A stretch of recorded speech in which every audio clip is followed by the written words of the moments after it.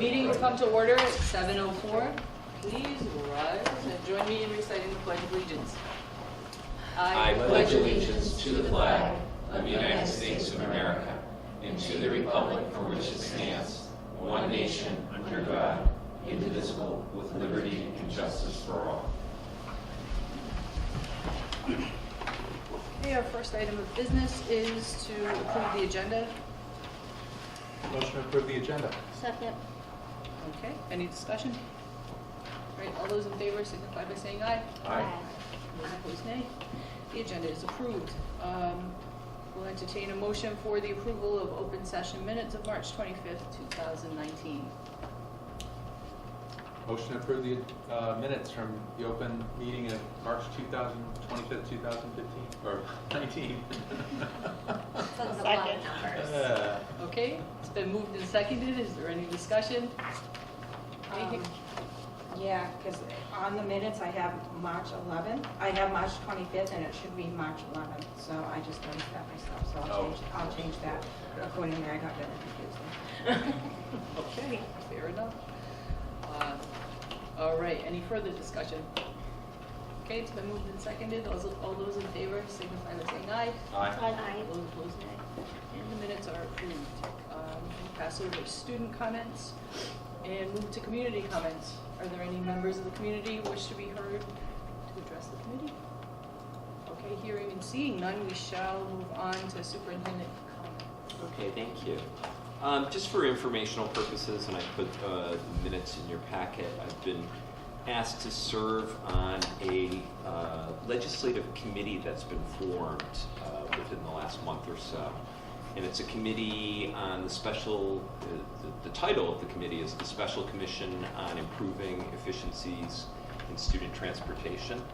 And it has legislative, but also some educational and Department of Education representation on it to kind of look at some key issues with regard to transportation,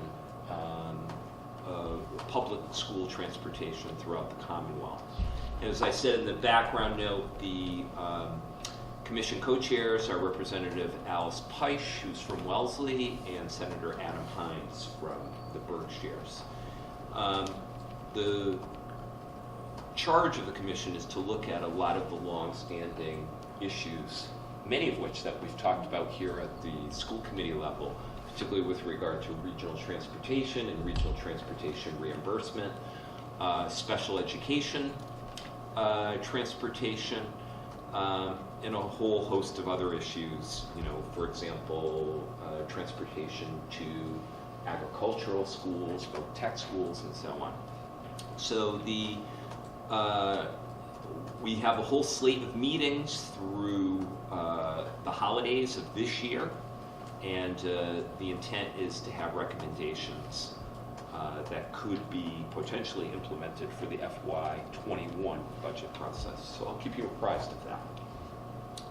Secondly, just kind of an update. I know we've talked about the Seal of Biliteracy. I'm really proud to announce that we have identified 15 of our graduating students who will graduate with the official Massachusetts Seal of Biliteracy, which I think is a remarkable accomplishment for our district. This week also we will have 3 students who will be testing using a test known as the Apple assessment, which is the assessment of the performance towards proficiency in languages. Realize the students that we identified so far have met proficiency or higher on the grade 10 MCAS ELA and have scored either 4s or 5s on AP Spanish exams. So very, very high benchmark, but also realize the Department of Education has put forth guidelines of other parameters to demonstrate proficiency, in the case of all 3 of these students in Spanish as well. So they will be doing basically a 2-hour online assessment, this Apple assessment, and if they score in high intermediate range or above in advanced range, they'll qualify for the seal as well. So something to be real proud of. I think it speaks to the quality of our programming, and specifically the Spanish immersion program. Thirdly, just kind of as an FYI, and I think Kelly could speak to this as well as town clerk, but I'd like to acknowledge the efforts of the town of Upton, and specifically in coming up with a strategy around the FY 2020 budget. Myself and 5 other department heads, I believe it's a total of 6. Or 7, I think it's 6 or 7.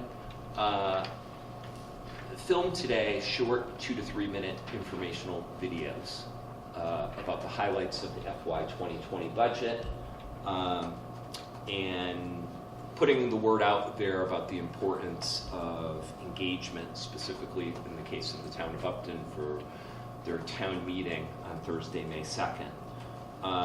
So the intent is a pretty short turnaround time on producing them, and then having them broadcast vis-a-vis social media and YouTube over the coming weeks. Just as a follow-up to, I believe, last meeting, the issue of vaping and some of the programming for vaping came up. Once again, the district will be holding an informational program for students, parents about the danger of vaping, and somebody who's received a lot of positive feedback, a woman by the name of Tina Grozowski, who is out of UMass Medical School, will be presenting. And we recently, literally within the last week or so, have gotten back our most current Metro West adolescent health survey data. So Tina's going to kind of be culling through some of that data specifically of our middle school and high school students. So that event is going to be held Tuesday, May 7th at 6:30, and I included the flyer in your packet. I'm sorry. Is that here? No, it's going to be at MISCO, in the MISCO auditorium. And then also in the MISCO auditorium, in the same vein, we're going to do once again an Alice parent presentation. Tentatively we're looking at Tuesday, April 30th. I believe I sent you the wrong flyer, unfortunately. And this is going to be a co-presentation of both of our school resource officers, Officer Cinco from Mendon and Officer Ambrosino from Upton, to kind of talk about the ALICE protocol, the necessary provisions that need to be put in place.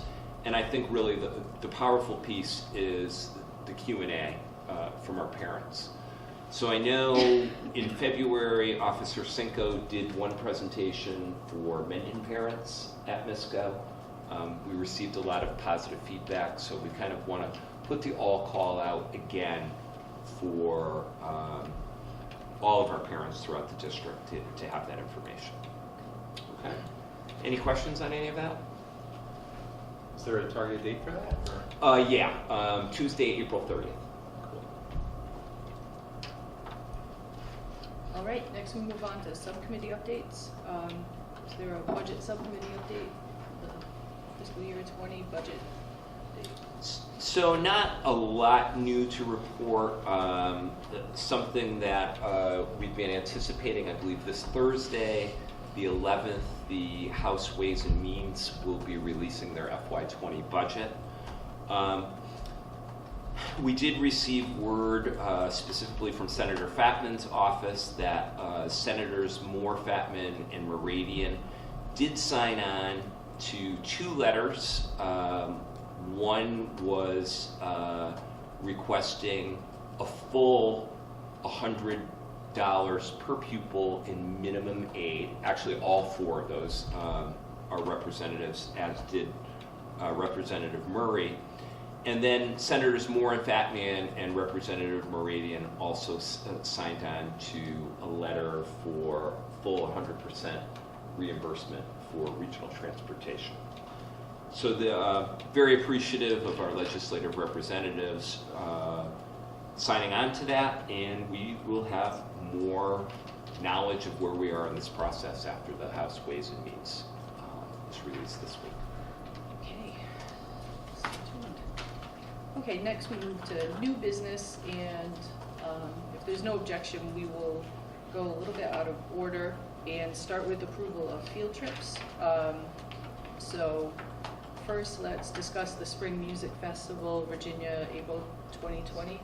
Okay, I'd like to make a motion to postpone approval of the Spring Music Festival to Virginia in 2020. Second. Okay. Any discussion? I have one thing to bring up for the music.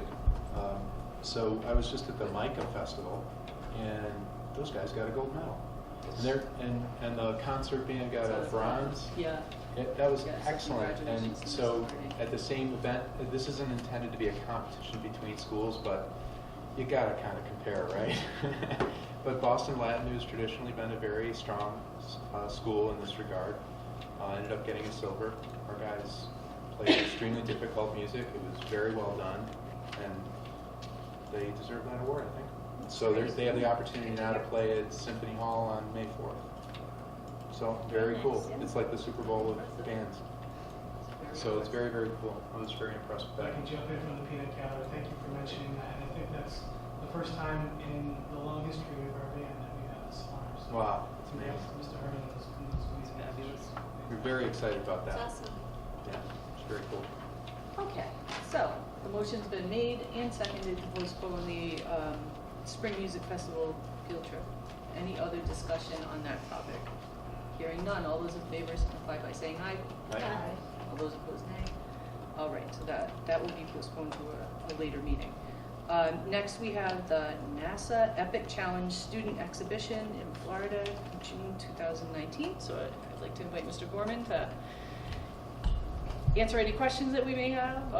Do you have a synopsis of what? Sure, let me tell you. Sure. This is the engineering students being invited by Dr. Pryor down to Kennedy Space Center to present the results of their research for the year.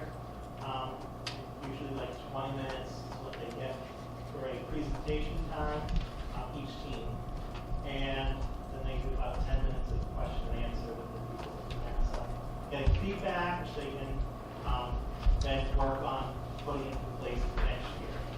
And then probably continue it. So we're having a second year of engineering next year, putting that into the program. So we have 10 students that signed up for it. Continue on for next year. So we would leave Thursday morning early, get down there, head from Orlando over to Cape Canaveral, and set up the next day. Benefits of going early and setting up is that we get free entry into Kennedy Space Center, the visitor center there. So the kids kind of get to run around and play in there for a while. And the next day is usually when we have our trip over to Kennedy Space Center proper, so not the visitor center, but actually onto the military base. Kind of interesting process. They pull up the bus, the armed men get out, they sniff everything going on to the military base, so all the kids are checked, we go on the bus, and then we go see the labs there. We met the director, Kennedy Space Center last year there, stood in the huge space where they built the whole International Space Station. The kids get to see that, then we continue the tour around the rest of the day, the rest of the Kennedy Space Center. Then usually Saturday is when they all meet together and they do their presentations. Sunday we would fly. Great. Okay. Any questions, any discussion? How many students? Probably max of 10. 10. And would you be chaperoning? Yeah, me and Mrs. Lil Flash Okay. as well expressed interest in going as well. And I recall the presentations, they were really, really wonderful. Thank you. The forum that you guys had back, what, 3 months back? 3 Yeah, months ago? there'll be a group going to Finland in 2 weeks. Yeah, good luck. Yeah, and then Real to Secure, you know some people over there, a virtual link. So some of the students that couldn't go will be able to actually present, be able to say that they presented at the international conference. So kind of a nice little bonus, and we're hoping to do that for NASA too. For those that can't make it, can still participating in that. Okay, if there are no further questions, is there a motion to approve the NASA Epic Challenge Student Exhibition in June 2019? Yep. Motion to approve the trip for 2019. NASA Epic Challenge Student Exhibition. Okay, is there a second? Second. Okay, all those in favor? Aye. All right, it's approved. Great. Look forward to hearing all the wonderful things you guys do down in NASA. I know I'm jumping out of protocol again, No, but go right ahead. I'd be remiss not to thank you and to thank Mr. Corbin. You mentioned Finland, this trip coming to Kennedy Space Center, the symposium. In just a few days, he's working with Mr. Quinn to do the balloon launch. Oh, He's wow. made such an immediate and powerful impact on our kids and our program. And we're really fortunate to have you, Jim, so thank you for all your Yeah, Absolutely. Thank Yep. you. Thank you. All right, so we've approved field trips, and next we move to the review of the 2018-19 Mersey District Action Plan. Okay. You have in your packet the complete action plans that were approved. If you recall, a little bit late this year, I believe it was in October, for this current school year, as I typically do at the halfway point. I realize that we're beyond the halfway point, well beyond the halfway point, just to kind of give a quick status update in all 8 initiatives that we're taking on as a district this current year.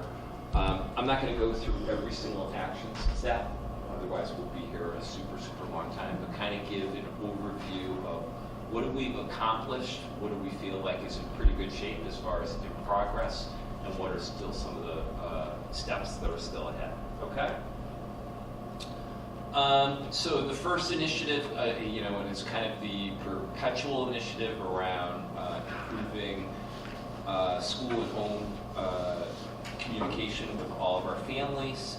And really a lot of the action plans dealt with the sharing of our new district strategic plan, Inspire, and rolling it out. And we feel very good about getting it out there, vis-a-vis email, vis-a-vis our website. I will be spending the next 2 evenings, tomorrow evening with the club PTO, and then the following evening with the Memorial PTO, kind of giving an overview of where we are as a district with regard to our strategic plan, and the portrait of graduate, and then also the budget process. So we're getting the word out there. A lot of work has been done also by Dave Quinn, continuing almost on a monthly basis, hashtag MURSD leads chats, and then also one of the action plan steps around an online digital community conversation, which was held last November and spearheaded by John Clements and Mary Ann Moran. I think the vision piece that is detailed in the action plans around predictable expectations and having that ongoing communication, consistent communication from classroom to classroom with our families. More work needs to be done there. Some of that work has been commenced through the folks that we've had actively involved in project-based learning training, the PBL training, and through our homework committee. But still the vision is to create some type of district-wide guide of exemplary practices and put it out there in a similar vein like the work of our homework committee. The second initiative is, again, initiative 2 and 3 really are targeting around what are we doing with regard to social emotional learning and the supports and intervention in place for our learners. I think the most robust work that's been going on has been at the elementary level, and I know earlier in the year we had Jan and Deb present to you about the work that's been done in crafting a PBIS program and having a SEL matrix to kind of talk about what are behavioral expectations in all settings for all kids. That work is commencing at the middle school level in draft form.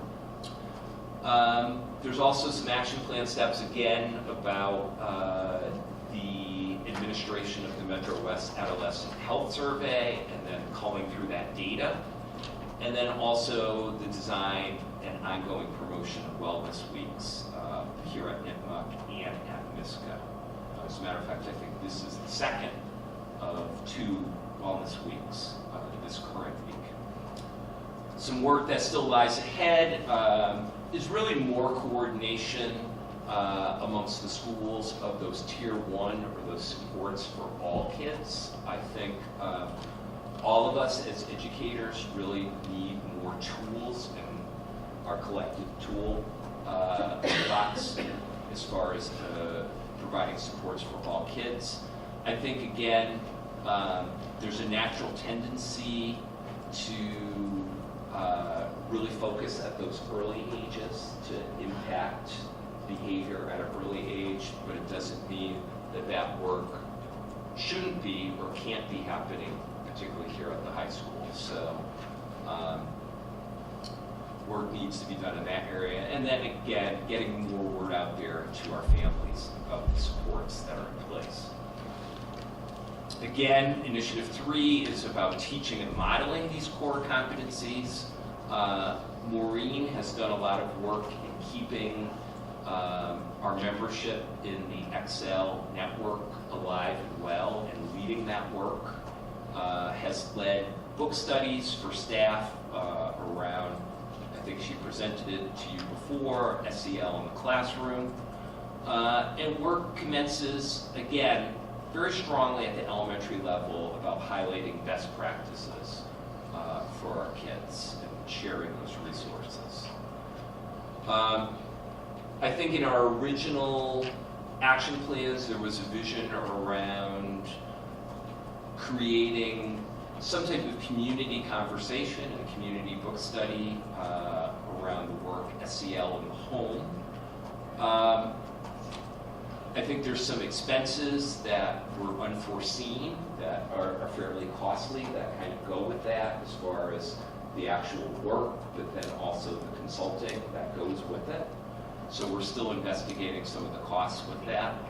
I think some of the vision around this is we've had the opportunity for some of the SEL Excel network participants to do, and administrators to do a self-assessment of where we are by school, but then also to bring that down to the classroom level as well. As far as the FORCE initiative, kind of speaks to safety and crisis planning and so on. We have just gotten started with regard to doing ALICE training in our buildings, and we see better communication and better partnership between the Mendon and Upton police departments. We're really pleased with the upgrade of the security camera system here at NIPMUC, and we're cautiously optimistic we'll be able to do the same at MISCO through the grant that I described last meeting. And then in our budgetary plans, the pilot guest check-in system that we have at Clough, our plan is to implement that district-wide.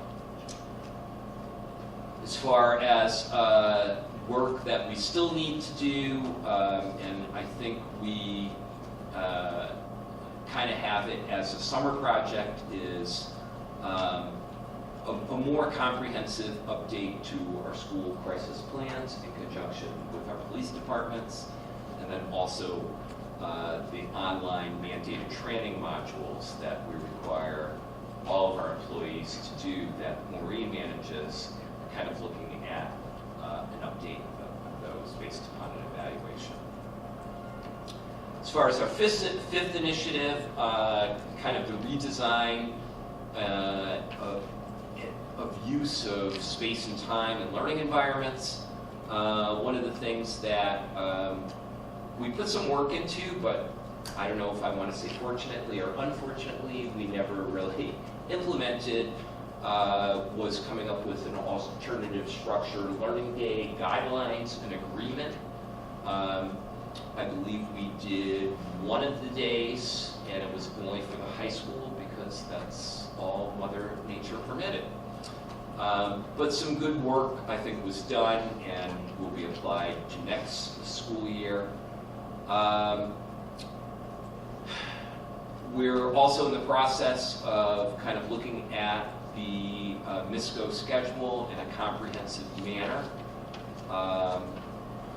And then also something that I think the start is there, but probably we need to support in a more robust way, is kind of looking at new flexible furniture options, particularly at the secondary level, kind of getting away from the traditional desks. We're getting, we've had some successes both here and at the middle school of teachers kind of starting to look at more flexible furniture. I think the areas where there's more work needed is offering a little more training, more PD, and around using space, and then also seeing what is out there with regard to other schools and having an opportunity for staff to reflect upon how are they using their space. Sixth initiative really kind of speaks to project-based learning and the work that's been done. We've had a team of approximately 20 to 25 educators across the district be trained in the Project-Based Learning 101 course from the Buck Institute. And so a lot of work has been done, particularly here at the high school, in tying project-based learning to the 6 portrait of graduate competencies that are envisioned in our strategic plan. And the investment in PBL and the staff that has been trained through the Buck Institute, the vision is to kind of spread that at the grade level and the team and departmental level.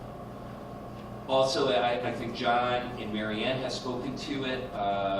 Some great work has been done here at the high school, particularly through the 21st Century Learning Conferences, in making direct linkages to the POG competencies, and also creating draft reflective rubrics for each of those 6 competencies. I think as far as additional work, we need to kind of spread this work even more and have more of our staff trained through the Buck Institute. I know in speaking with Maureen, we're going to have them come out this summer. I think we're already at the max as far as. We can add some through the class. Okay. Spots through there, which we're full right now for our district, but if there's openings, we'll get even more of the waiting list for members. And LSTO, which is another member organization, I just got an update today. They're also going to be running another session where we can have more. So through those organizations, they're bearing a bit of the cost, so it's not all on their district. So we have more opportunities, which is great. To work. I realize the Buck Institute is considered to be, for lack of a better term, kind of the gold standard as far as what's out there for project-based learning. And with that comes a fairly hefty expense, to put it generously. One of the visions that is in this initiative's plans, and also another one, is to kind of create more opportunities for student exhibitions.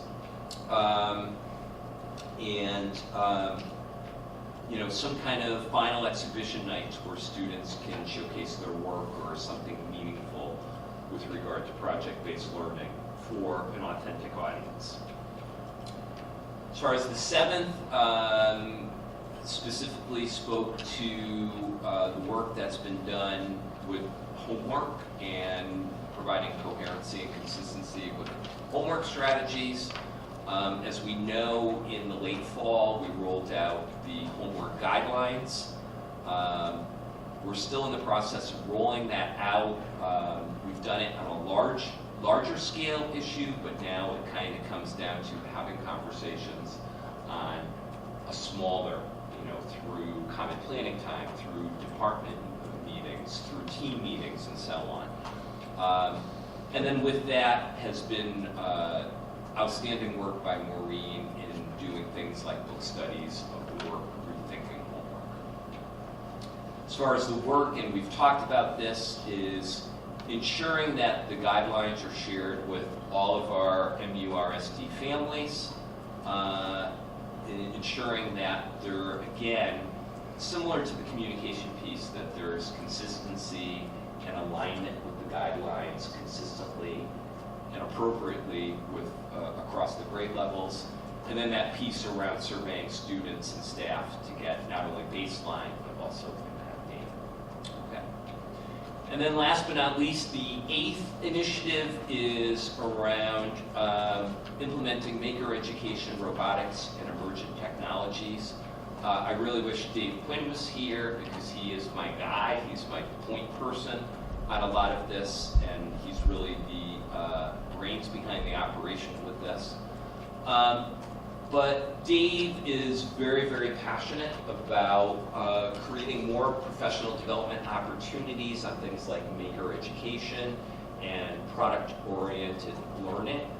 He has crafted some great collaborations with the MIT Teaching Systems Lab. And as a matter of fact, during our last PD day, they came and they did a session for our teachers. I think we'll have something to share very, very shortly about seeking out aggressively opportunities to expand maker education within our district. And again, Dave has been a key person. He also has put together a district-wide team that meets early in the morning, an R&D team to talk about expansion of innovative programming. And then I think we shared out, or Dave shared about this was right before the holidays, doing the Save Wilbur, our second district-wide challenge.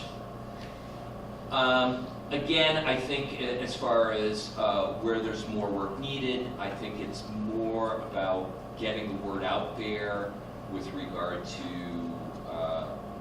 what does Maker Ed mean to me? What are some potential opportunities that I can bring into the classroom?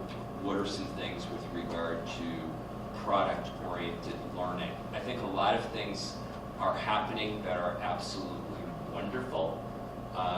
Looking at Ann Raposa over there, who really is passionate about the work that she's doing with her kids with regard to gardening and all the natural outputs of that are much more than just, hey, learning about how do I make things grow. So I think it's taking those types of opportunities and tying them together across all content areas.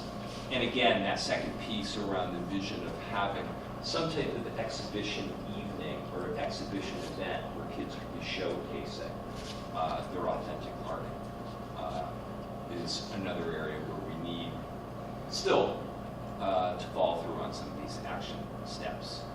So again, that's very, very quickly kind of a status update of where we are with regard to these 8 initiatives that are detailed in the action plans.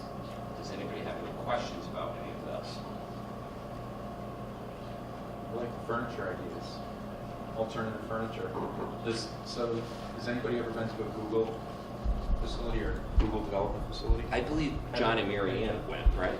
Yeah, so that's a completely wild place to go.